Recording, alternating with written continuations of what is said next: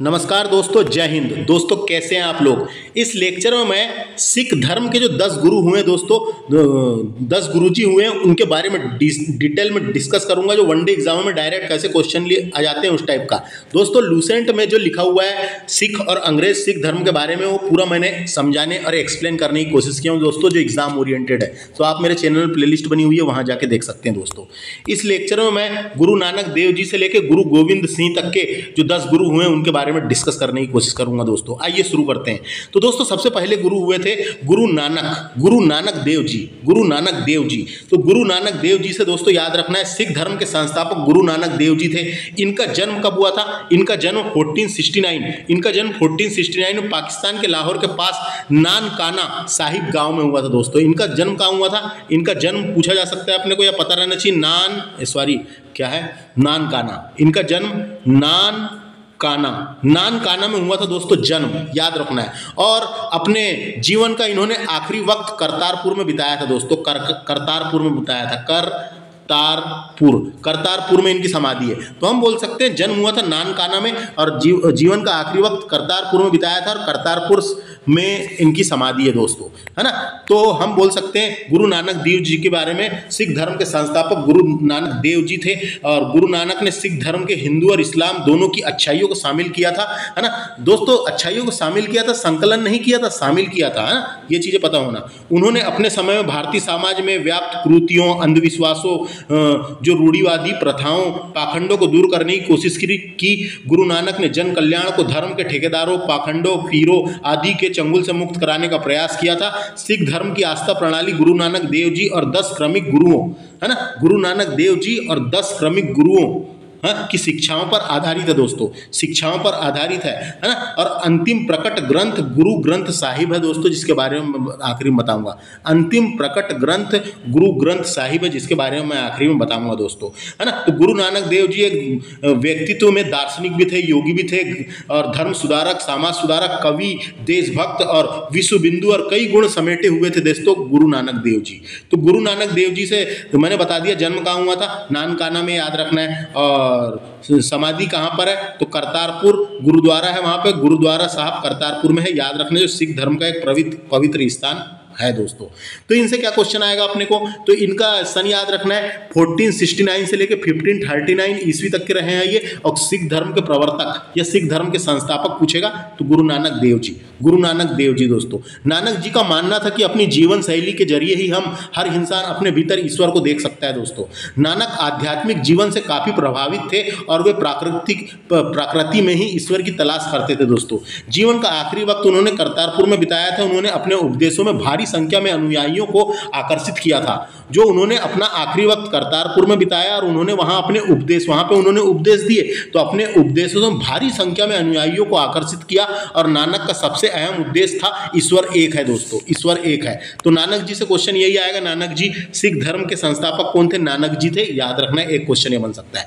उसके बाद दूसरे गुरु होते हैं दोस्तों गुरु महाराज अंगद देव। गुरु अंगद देव, तो गुरु अंगद देव सिखों के दूसरे गुरु थे, है ना, सिखों के दूसरे गुरु थे। और गुरुमुखी लिपि का आरंभ गुरु अंगद ने किया था। डायरेक्ट क्वेश्चन आता है, गुरुमुखी लिपि का आरंभ किसने किया था?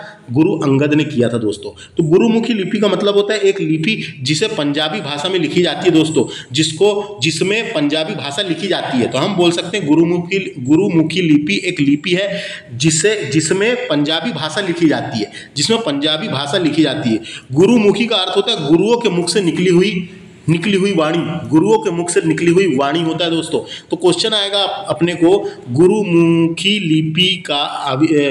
लिपि किसने शुरू किया था, यानी किसने, उसके प्रवर्तक कौन थे? तो गुरु अंगद देव जी, ये क्वेश्चन पूछेगा, याद रखना है। 1539 से लेकर 1552 तक के गुरु रहे हैं ये। बात करेंगे अपन गुरु अमरदास की। गुरु अमरदास जो थे ये 1552 से लेकर 1574 तक के रहे हैं, है ना, हुए हैं। गुरु हेतु 22 गद्दियों का निर्माण कराया था दोस्तों इन्होंने। गुरु प्रसार हेतु 22 गद्दियों का निर्माण करवाया था। तो हम बोल सकते हैं गुरु अमरदास जी ने 22 गद्दियों की स्थापना की और प्रत्येक पर एक महंत की नियुक्ति की थी। प्रत्येक पर एक महंत की नियुक्ति की थी। तो यहाँ से अपने को याले गुरु से क्वेश्चन पूछेगा तो यही क्वेश्चन पूछेगा, गुरु प्रसार हेतु 22 गद्दियों का निर्माण किसने करवाया था? अमरदास ने। अमरदास ने 22 गद्दियों की स्थापना की और प्रत्येक पर एक महंत की नियुक्ति की थी। प्रत्येक पर एक महंत की नियुक्ति की थी गुरु अमरदास से, ये फैक्ट याद रखना है। बात करते हैं अपन गुरु रामदास की। तो दोस्तों गुरु रामदास कौन थे? तो सिखों के चौथे गुरु थे दोस्तों, ये सिखों के चौथे गुरु थे, है ना, सिखों के चौथे गुरु थे। और जो अमरदास थे दोस्तों, अमरदास की पुत्री थी बीबी भानी। बीबी भानी के पति थे दोस्तों, ये बीबी भानी के पति थे, है ना, बीबी भानी के पति रामदास, ये सिखों के चौथे गुरु हुए दोस्तों। सिखों के चौथे गुरु हुए थे रामदास देव जी, रामदास, है ना। ये 1574 से 1781 तक हुए हैं और इन्होंने अमृतसर शहर के संस्थापक माने जाते हैं दोस्तों। तो दोस्तों क्या हुआ था, अकबर ने बीबी भानी को 500 बीघा जमीन दी थी, है ना, 500 बीघा जमीन दी थी। तो गुरु रामदास ने उस भूमि पर अमृतसर नामक जलाशय खुदवाया था और अमृतसर नगर की स्थापना की थी। अमृतसर नगर की स्थापना की थी। तो अमृतसर शहर की स्थापना किसने की पूछा जाएगा तो गुरु रामदास जी ने की थी, याद रखना है। गुरु रामदास जी ने की थी, याद रखना है दोस्तों। इनके पुत्र हुए थे गुरु अर्जुन देव। इनके तीसरे पुत्र थे गुरु अर्जुन देव और अर्जुन देव को उन्होंने गुरु का पद सौंपा और गुरु पद को पौत्रक बनाया दोस्तों, गुरु पद को पौत्रक बनाया। तो 5वें गुरु हुए थे जिनका नाम था गुरु अर्जुन देव। 5वें गुरु हुए थे गुरु अर्जुन देव।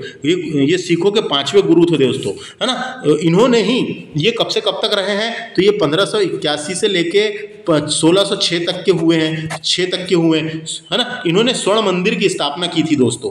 तो दोस्तों जो अमृतसर शहर में जो जलाशय खुदवाया था किन्होंने, गुरु रामदास जी ने जो जलाशय खुदवाया था, उस जलाशय के बीचों बीच स्वर्ण मंदिर की स्थापना, स्वर्ण मंदिर का निर्माण गुरु अर्जुन देव जी ने करवाया था। तो हम बोल सकते हैं नींव किसने रखे थे? जलाशय की नींव रामदास ने रखे थे, रामदास जी ने रखे थे, लेकिन गुरु अर्जुन देव जी ने स्वर्ण मंदिर का निर्माण करवाया था, याद रखना है। स्वर्ण मंदिर का निर्माण करवाया था। इसे ही हरमंदर या हरिमंदिर या हरमंदर साहब बोलते हैं दोस्तों। इसे ही हरमंदर साहब बोलते हैं, इसे ही हरमंदर साहब बोलते हैं, है ना। स्वर्ण मंदिर की स्थापना पूछेगा तो गुरु अर्जुन ने अमृतसर जलाशय के मध्य हरमंदर साहब का निर्माण करवाया था। हरमंदर साहब का निर्माण करवाया था, क्वेश्चन आता है, अर्जुन देव ने करवाया था स्वर्ण मंदिर का निर्माण, याद रखना है। उसके बाद दोस्तों 6वें गुरु हुए थे गुरु हरगोविंद देव। गुरु हरगोविंद देव 6वें गुरु थे दोस्तों। ये 1606 से लेके 1644-45 तक हुए हैं। अकाल तख्त की स्थापना इन्होंने की थी दोस्तों, अकाल तख्त की स्थापना इन्होंने की थी। इन्होंने सिखों को सैन्य संगठन का रूप दिया और अकाल तख्त यानी ईश्वर के सिंहासन का निर्माण करवाया था। अकाल तख्त का मतलब होता है ईश्वर के सिंहासन का निर्माण करवाया था। डायरेक्ट क्वेश्चन आता है, कभी पूछेगा ईश्वर के सिंहासन का निर्माण किसने करवाया था? गुरु हरगोविंद जी ने करवाया था, याद रखना है। अकाल तख्त यानी ईश्वर के सिंहासन का निर्माण किसने करवाया था? गुरु गोविंद देव जी ने, हरगोविंद देव जी ने। इसके बाद 7वें गुरु हुए थे दोस्तों जिनका नाम था हर्राय। गुरु हर्राय देव जी, गुरु हर्राय। ये 1644 से लेकर 1661 तक के हुए हैं और ये उत्तराधिकारी युद्ध में भाग लिया था दोस्तों। इन्होंने उत्तराधिकारी युद्ध में भाग लिया था का मतलब हम बोल सकते हैं सिखों के 7वें गुरु हर्राय हुए थे। इन्होंने जो दारा सिखो हुआ था, दारा सिखो को मिलने आने पर आशीर्वाद दिया था दोस्तों। जो दारा सिखो था ये मिलने आया था इनसे, तो इसमें इनने उनको आशीर्वाद दिया था। दारा सिखो को आशीर्वाद दिया था दोस्तों, है ना। दारा सिखो को आशीर्वाद दिया था। तो हम बोल सकते हैं उत्तराधिकारी युद्ध में भाग लिया था। दारा सिकरो था ना दोस्तों, दारा सिकरो शाहजहां का बेटा था और औरंगजेब का भाई था, है ना। तो वो इनसे मिलने आया था, है ना। तो सिकरो को मिलने आने पर आशीर्वाद दिया था, इसीलिए बोलते हैं हम उत्तराधिकारी युद्ध में भाग लिया था। इन्होंने उत्तराधिकारी युद्ध में भाग लिया था, समझ में आया। उसके बाद नेक्स्ट 8वें गुरु हुए थे हरकिशन देव जी दोस्तों। हरकिशन देव जी की मृत्यु अल्पायु मृत्यु हो गई थी, यानी चेचक से हो गई थी दोस्तों, चेचक रोग से हो गई थी, है ना। तो ये 1661 से लेके 1664 तक के गुरु हुए थे। अल्पायु मृत्यु हो गई थी, यानी चेचक रोग से हो गई थी दोस्तों, चेचक रोग से हो गई थी। और इन्हें दिल्ली जाकर गुरुपद के बारे में औरंगजेब को समझाया भी था, और इनकी मृत्यु दोस्तों चेचक से हो गई थी, चेचक रोग से हो गई थी। तो बात करेंगे 90 गुरु थे तेग बहादुर जी, तेग बहादुर, सिखों के 90 गुरु थे तेग बहादुर, है ना। तो ये कब से कब तक हुए दोस्तों, ये 1665 से लेके 1675 तक के हुए। इस्लाम स्वीकार नहीं करने के कारण औरंगजेब ने इन्हें वर्तमान शीशगंज के गुरुद्वारे के निकट मरवा दिया था दोस्तों, है ना, निकट मरवा दिया था। तो हम बोल सकते हैं औरंगजेब द्वारा मृत्युदंड। तो औरंगजेब है ना, तो इस्लाम स्वीकार करवा रहा था जबरन तरीके से दोस्तों, क्योंकि औरंगजेब एक कट्टर मुसलमान था, तो जबरन तरीके से इस्लाम स्वीकार करवाता था हर किसी को। तो इस्लाम स्वीकार, तो इन्होंने बोल दिया हम इस्लाम स्वीकार नहीं करेंगे, तो इस्लाम स्वीकार नहीं करने के कारण औरंगजेब ने उन्हें वर्तमान शीशगंज के गुरुद्वारे के निकट मरवा दिया था, शीशगंज के गुरुद्वारे के निकट मरवा दिया था, ये याद रखना है दोस्तों। उसके बाद नेक्स्ट है गुरु गोविंद सिंह जी, गुरु गोविंद सिंह जी, ये 1675 से लेकर 1708 तक के रहे हैं। खालसा सेना का गठन किया था दोस्तों इन्होंने, खालसा सेना का गठन किया था। इसको अपन बोल सकते हैं खालसा पंथ की स्थापना। खालसा पंथ की स्थापना इन्होंने आनंदपुर में की थी, आनंदपुर साहिब में की थी।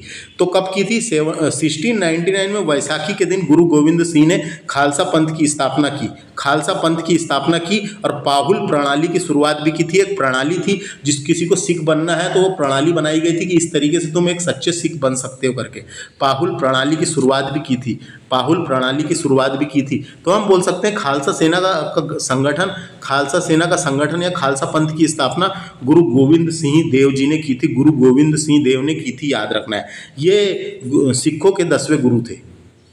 तो दोस्तों आपको बता दूं, सबसे पहले ये गुरु अर्जुन देव जी के बारे में, गुरु अर्जुन देव जी ने आदि ग्रंथ की रचना करी थी दोस्तों, आदि ग्रंथ की रचना करी थी, है ना, आदि ग्रंथ की रचना करी थी। तो इन्होंने सिखों के धार्मिक ग्रंथ आदि ग्रंथ की रचना करी थी दोस्तों, आदि ग्रंथ की रचना करी थी, है ना। तो आदि ग्रंथ की रचना किसने करी थी? गुरु अर्जुन देव ने करी थी। उसके बाद जो आखिरी गुरु हुए थे दोस्तों, उन्होंने ही आदि ग्रंथ को वर्तमान रूप दिया था, उन्होंने ही आदि ग्रंथ को, गुरु गोविंद सिंह ने सिखों के धार्मिक ग्रंथ आदि ग्रंथ को वर्तमान रूप दिया और कहा कि गुरुवाणी सिख संप्रदाय के गुरु के रूप में कार्य करेगी, गुरुवाणी ही सिख संप्रदाय के गुरु के रूप में कार्य करेगी।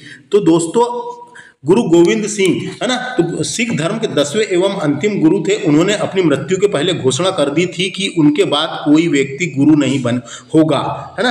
गुरु ग्रंथ साहिब आखिरी गुरु होंगे, गुरु ग्रंथ साहिब ही आखिरी गुरु होंगे, गुरु ग्रंथ साहिब ही आखिरी गुरु होंगे। सिख गुरु ग्रंथ साहिब को ही जीवित गुरु माना जाता है दोस्तों। सिख धर्म में गुरु ग्रंथ साहिब को ही जीवित गुरु माना जाता है। सिखों का मानना है कि 10 गुरु अलग अलग शरीर में एक ही आत्मा थे। गुरु ग्रंथ साहिब उनका भौतिक और आध्यात्मिक रूप है। सिख आध्यात्मिक रूप है। सिख पंथ की स्थापना के साथ ही गुरु की सेवा समाज की प्राथमिकता में शामिल हो गई दोस्तों। सभी 10 गुरुओं को सर्वश्रेष्ठ दर्जा दिया गया है और इस तरीके से इनका पवित्र ग्रंथ है जिसका नाम है आदि ग्रंथ या गुरु ग्रंथ साहिब दोस्तों। तो इस तरीके से मैंने आपको 10 गुरुओं जी के बारे में और ये यहाँ पे जो उनके उपाधियां हैं, उपलब्धियां हैं, उनको बताने की कोशिश किया दोस्तों, है ना। तो आखिरी में मैं इतना ही कहना चाहूँगा, सत श्री अकाल और वाहे गुरु जी की खालसा, वाहे गुरु जी की फतेह। आखिरी में बोलूँगा दोस्तों, मैं जो बोले सोनियाल, सत श्री अकाल।